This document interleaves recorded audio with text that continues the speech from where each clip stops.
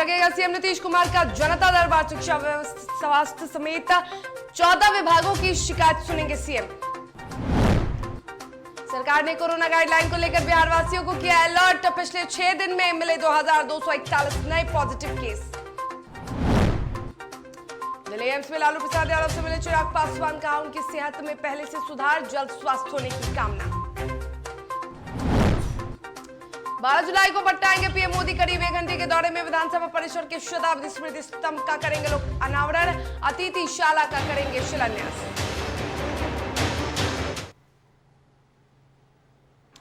नमस्कार, आप देख रहे हैं डीटीवी भारत और मैं हूं आपके साथ शर्मिला चौहान। खबरों की शुरुआत करेंगे, मुख्यमंत्री नीतीश कुमार की बात करेंगे।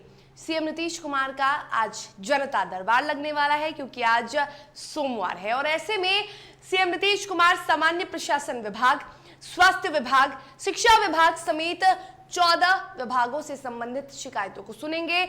जनता दरबार में संबंधित सभी विभागों के मंत्री और सभी आला अधिकारी मौजूद रहेंगे। जनता दरबार 11 बजे से शुरू होगा। वहीं बढ़ते कोरोना मामले को देखते हुए जनता दरबार में कोरोना गाइडलाइन का सख्ती से पालन किया जा रहा है। बिहार सरकार के कई मंत्री कोरोना पॉजिटिव हो गए हैं, जिसमें शिक्षा मंत्री विजय कुमार चौधरी भी कोरोना संक्रमित पाए गए। अब भी वो संक्रमित है और उनके साथ साथ जल संसाधन मंत्री संजय झा भी कोरोना से संक्रमित हैं। आपको बता दें कि मंत्री लेसी सिंह भी कोरोना से संक्रमित है। 1 महीने में दोबारा जो मंत्री हैं लेसी सिंह, वो कोरोना से संक्रमित पाई गई हैं और ऐसे में कोरोना के संक्रमण को देखें तो वो लगातार बढ़ता जा रहा है। पिछले 10 दिनों में कोरोना के मामले लगातार बढ़ रहे हैं और इसको देखते हुए जनता दरबार में काफी एहतियात बढ़ता जा रहा है।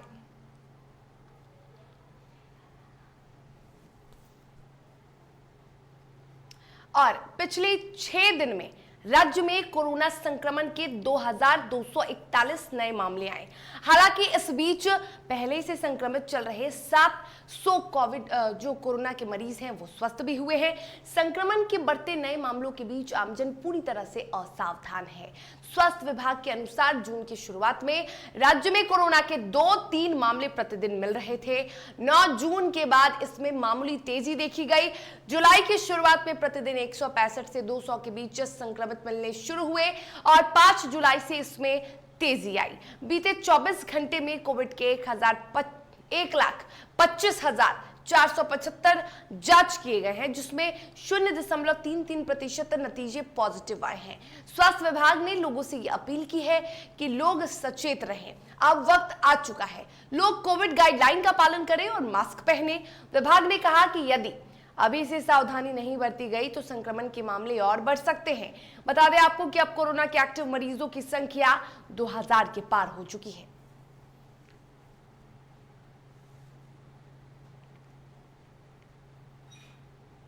प्रधानमंत्री नरेंद्र मोदी 12 जुलाई यानी मंगलवार को पटना आएंगे, जिसकी पूरी जानकारी बिहार विधानसभा के अध्यक्ष विजय सिन्हा ने दी। इसी के साथ आपको बता दें कि उन्होंने बिहार शताब्दी स्मृति स्तंभ की खासियत भी बताई। स्तंभ की ऊंचाई 40 फुट है। शताब्दी स्मृति स्तंभ पूरी तरह से भारतीय संसद भवन के हॉल में बने आजादी के समय से पहले बिहार प्रांत के प्रतीक चिन्ह का प्रतिबिंब है। 20 में पटना एयरपोर्ट आगमन है, 5:55 में एयरपोर्ट से प्रस्थान है, 6 बजे बिहार विधानसभा परिसर में, 6:05 में शताब्दी स्मृति स्तंभ का अनावरण है। उसके बाद बिहार विधानसभा परिसर में 100 औषधीय पौधायुक्त उद्यान का शताब्दी स्मृति स्तंभ के रूप में नामांकन और कल्पतरु पौधे का रोपण है। उसी में 6:05 में माननीय प्रधानमंत्री जी का मंच पर आगमन है। 6:09 में संग्रहालय का शिलान्यास है, अतिथिशाला का शिलान्यास है। तो ये 15 फीट ऊंचा ब्रांच मेटल का बोधि वृक्ष का पौधा है, 15 फीट। इस आकृति की प्रतिकृति वही है जो संसद के सेंट्रल हॉल संग्रहालय में आज़ादी के पूर्व के बिहार प्रांत के प्रतीक चिन्ह के रूप में रक्षित है।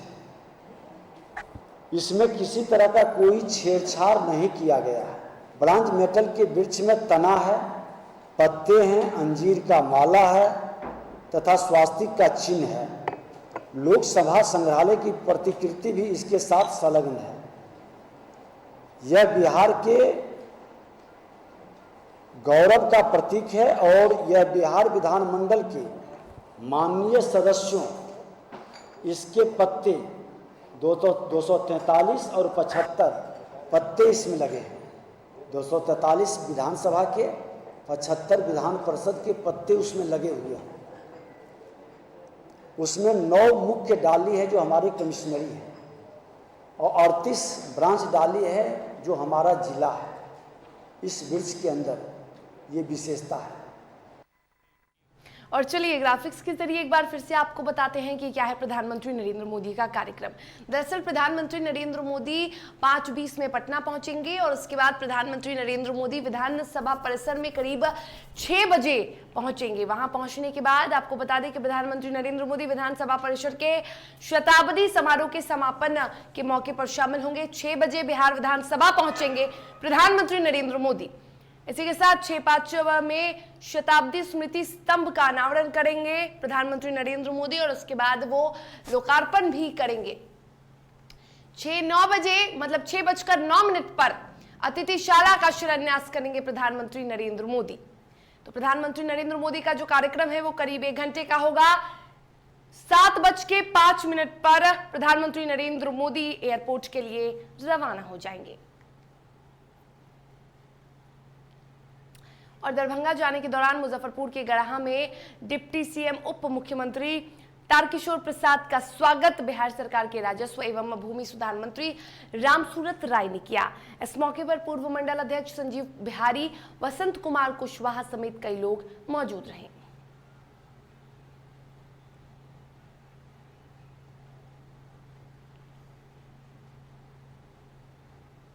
लोजपा रामविलास के राष्ट्रीय अध्यक्ष चिराग पासवान अपनी मां के साथ दिल्ली के एम्स पहुंचे, जहां उन्होंने राजद सुप्रीमो लालू प्रसाद यादव से मुलाकात की, उनकी तबीयत के बारे में जानकारी ली। उन्होंने बताया कि लालू यादव का स्वास्थ्य पहले से ठीक है, वो पहले से उनके स्वास्थ्य में सुधार आ रहा है। साथ ही आपको ये भी बता दें कि उन्होंने लालू यादव के जल्द स्वस्थ होने की कामना की है।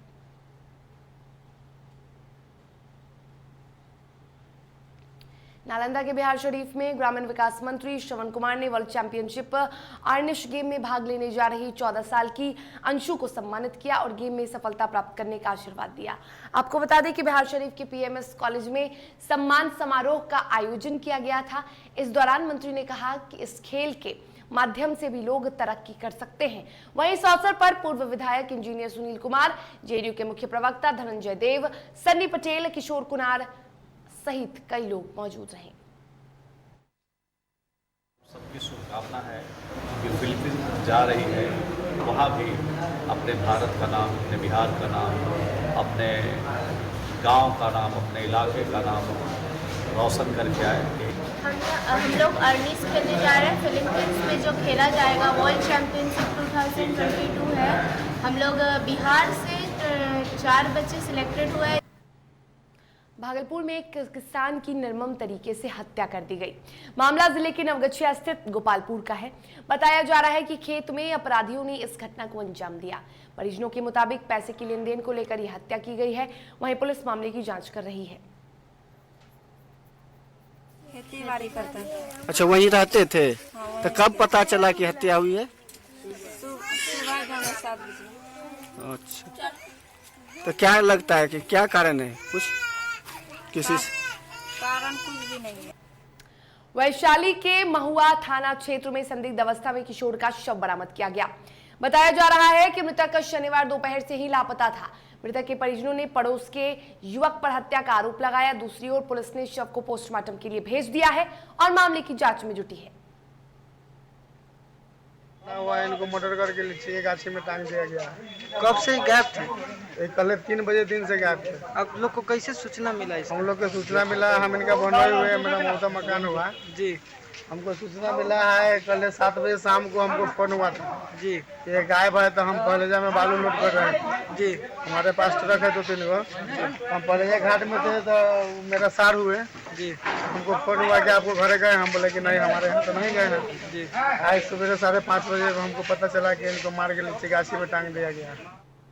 खगड़िया जिले के बेलदौर थाना क्षेत्र में 2 मोटरसाइकिल की आमने सामने भिड़ंत हुई, जिसमें 5 लोग घायल हो गए, जिनका स्थानीय अस्पताल में इलाज जारी है। वहीं एक घायल व्यक्ति को डॉक्टरों ने प्राथमिक उपचार के लिए बेहतर इलाज के लिए खगड़िया रेफर किया है। बता दें आपको कि एक की स्थिति नाजुक बताई जा रही है।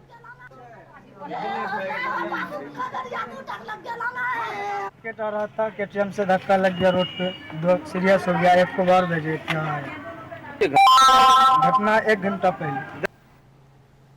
और चलिए सुपौल की बात करेंगे, जहां वसंतपुर प्रखंड के बनेली पट्टी पंचायत में दर्जनों ग्रामीणों ने सड़क निर्माण के लिए जमीन मापी में अनियमितता का आरोप लगाया है और इसको लेकर उन्होंने अंचलाधिकारी को आवेदन भी दिया है। मौके पर ग्रामीणों का कहना है कि अगर फिर से मापी नहीं होती है तो रैयत में कभी भी मारपीट हो सकती है।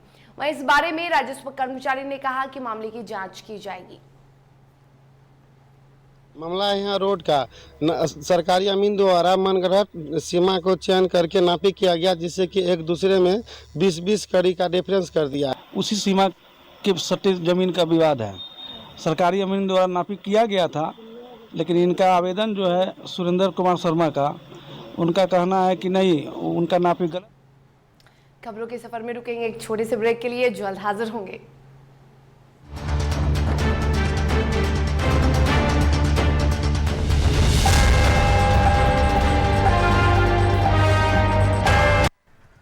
दादी इतने सारे पापड़ बन गए, क्या करे? कच्चा पापड़, पक्का पापड़, एक्स्ट्रा पापड़, इंस्टा पापड़, कक्कर दादी के छत का पापड़ विद ऑनलाइन प्रेजेंस बन गया धाकड़। फोन पे करके ऑर्डर ही ऑर्डर, सब वाह हो गए इसको खाकर। कच्चा पापड़, पक्का पापड़, चंडीगढ़ टू चेन्नई बढ़िया सापड़। कच्चा पापड़, पक्का पापड़, एक्स्ट्रा पापड़, इंस्टा पापड़। बिजनेस बढ़ाओ इंडिया के फास्टेस्ट 4G के साथ, स्पीड से बढ़ो विद वी गीगानेट। अबे गुड्डू ठीक से लगाओ बे, रिश्तेदार आएंगे तो उनको लगना चाहिए ना कि इस घर में हमारे चंदा का कितना मान सम्मान है और आज हम और हमारा परिवार कितना खुश है। हाँ हम तो आपको बताने ही भूल गए, हमारी चंदा इतने सालों बाद गाभन हुई है। हाँ और पहले जो दो खाए ना तो स्वस्थ और तंदुरुस्त कैसे रहेगी। भला हो मधुसूदन गोल्ड पशु आहार का, जिसके देने से हमारी चंदा गाभन हुई और उसको एक रिष्ट पुष्ट बच्चा हुआ।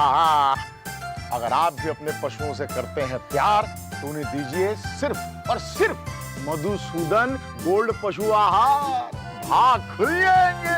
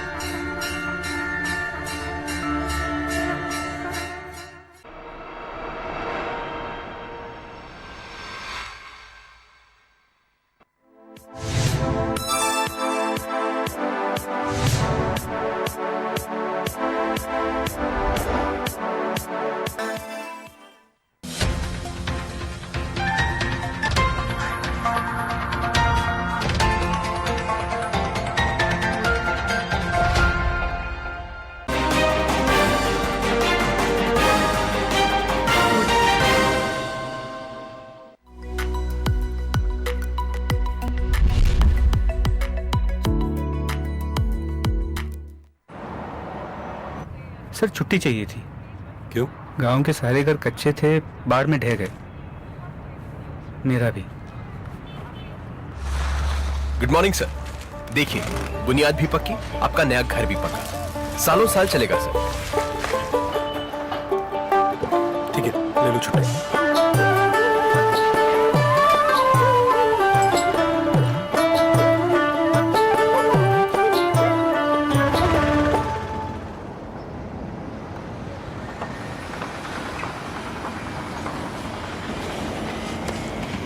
लो हो गया घर पक्का,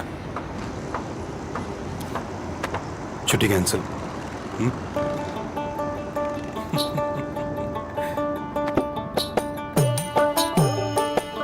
सच्ची खुशी वही होती है जिसकी बुनियाद दूसरों की खुशी में हो।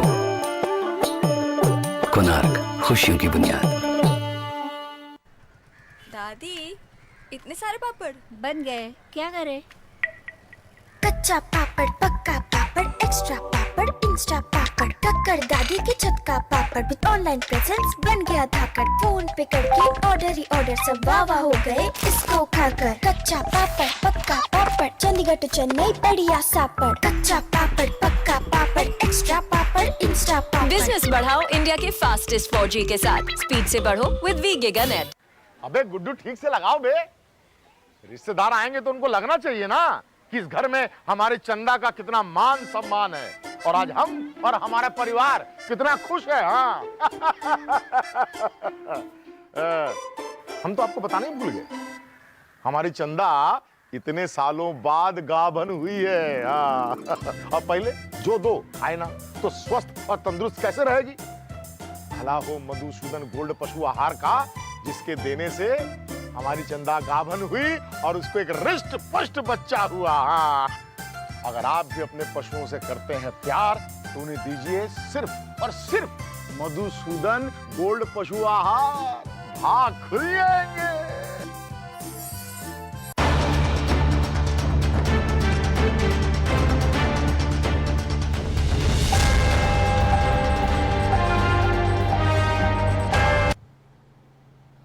ब्रेक के बाद एक बार फिर से आप सभी का स्वागत है। खबरों में आगे बढ़ेंगे, बात उत्तर प्रदेश की करेंगे, जहां जेडीयू अपनी साख को मजबूत करने में जुटी है और इसी कड़ी में मड़िहान विधानसभा क्षेत्र के कलवारी रामलीला मैदान में आयोजित जनसभा में जेडीयू के राष्ट्रीय अध्यक्ष ललन सिंह ने शिरकत की।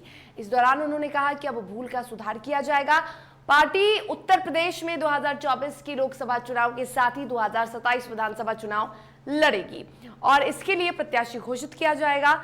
तैयारियां शुरू हो चुकी है। आपको बता दें कि जनसभा में मड़िहान विधानसभा क्षेत्र में सपा के समाजवादी पार्टी के प्रत्याशी रहे सत्येंद्र पटेल ने जनता दल यूनाइटेड का दामन थामा।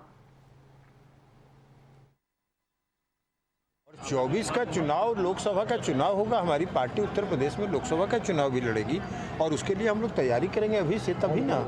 और 2027 का विधानसभा के चुनाव के पहले हम लोग उत्तर प्रदेश में पूरे तौर पर संगठित होंगे और तब हम लोग 2027 का चुनाव लड़ेंगे।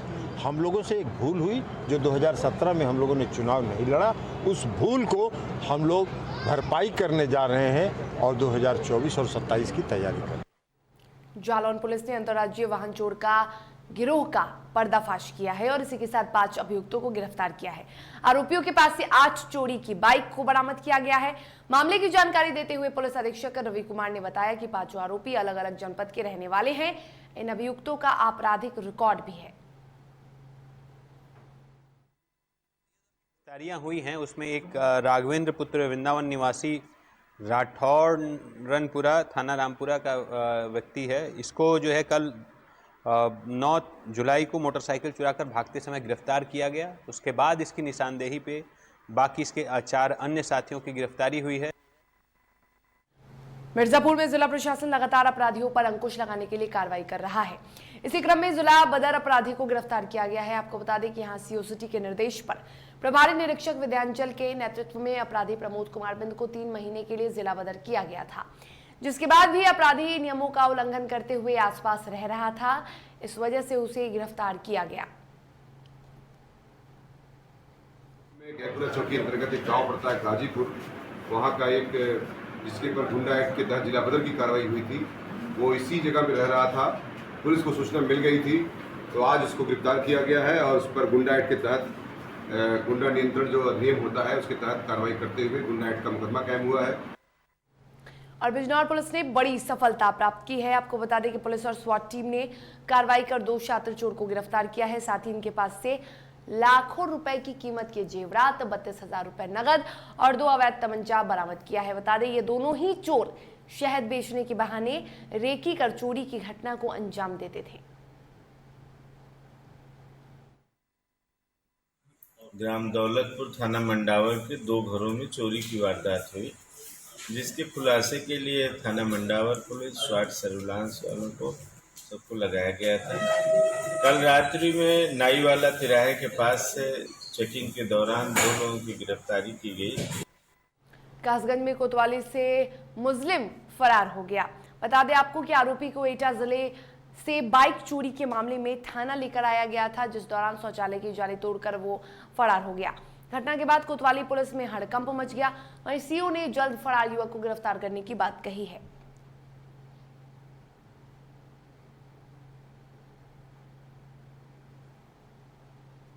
जालौन में दो पक्षों में जमकर मारपीट हुई, जिसमें एक पक्ष के शख्स ने दूसरे पक्ष के युवक को गोली मार दी। वहीं गोली लगने से घायल युवक को नाजुक हालत में उड़ई मेडिकल कॉलेज में भर्ती कराया गया, जहां उसकी गंभीर हालत को देखते हुए चिकित्सकों ने झांसी रेफर कर दिया।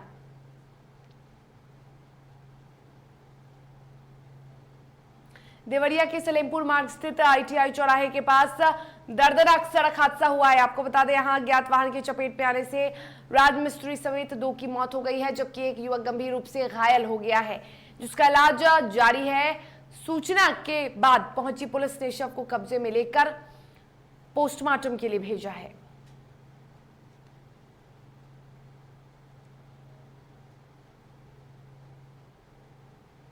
महाराजगंज जनपद के टूटीबारी कोतवाली थाना क्षेत्र के कटखोर गांव में नहाने गए 2 बच्चों की डूबने से मौत हो गई। ग्रामीणों की मदद से दोनों के शव को बाहर निकाला गया, जिसके बाद आनन फानन में दोनों को सामुदायिक स्वास्थ्य केंद्र ले जाया गया, जहां डॉक्टरों ने उन्हें मृत घोषित कर दिया। दोनों मृतकों की उम्र 8 और 9 साल की थी।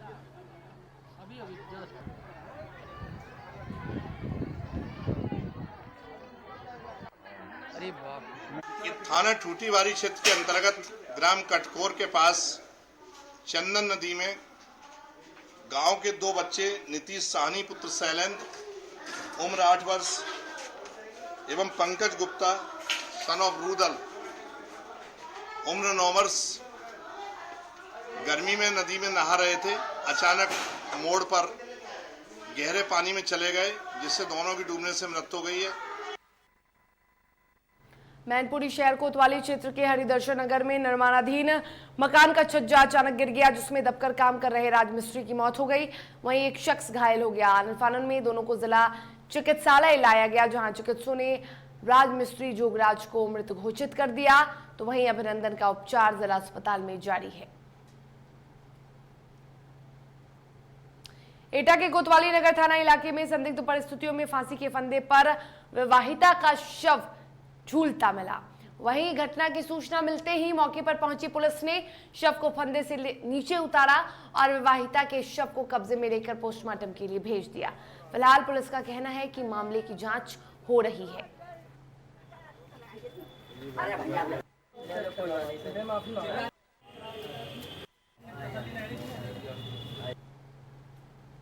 बस्ती जिले के छावनी थाना क्षेत्र में एक युवती ने फांसी लगाकर खुदकुशी कर ली। बताया जा रहा है कि फांसी लगाने से पहले युवती ने फेसबुक पर फांसी लगाने की जानकारी दी थी और घर में ही फांसी लगाकर अपनी जान दे दी। युवती ने वीडियो में परिवार वालों पर उत्पीड़न का आरोप लगाया है। वहीं मामले की जानकारी मिलने के बाद मौके पर पहुंची पुलिस ने बताया कि युवती ने सुसाइड किया है। पुलिस का कहना है कि फिलहाल मामले की जांच की जा रही है।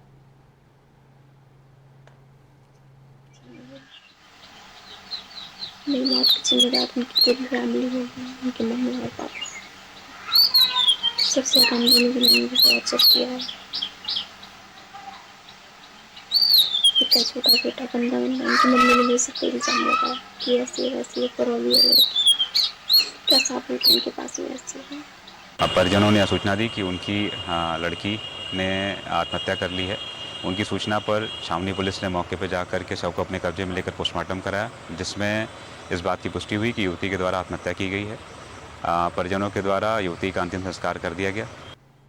और खबरों के सफर में अब वक्त हो चला है आपसे इजाजत लेने का। स्वस्थ रहें, मस्त रहें और देखते रहें DTV भारत। नमस्कार।